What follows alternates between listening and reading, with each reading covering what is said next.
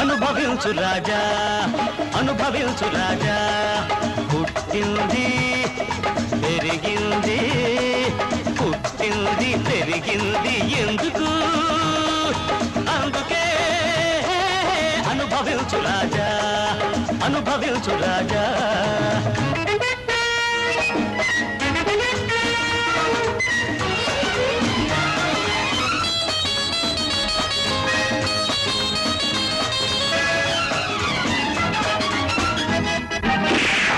మనం హో అంటే కొండలే ఓహో అంటాయి ఓహో మనం హో అంటే కొండలే ఓహో అంటాయి మనం రమ్మంటే మబ్బులే దిగి దిగి వస్తాయి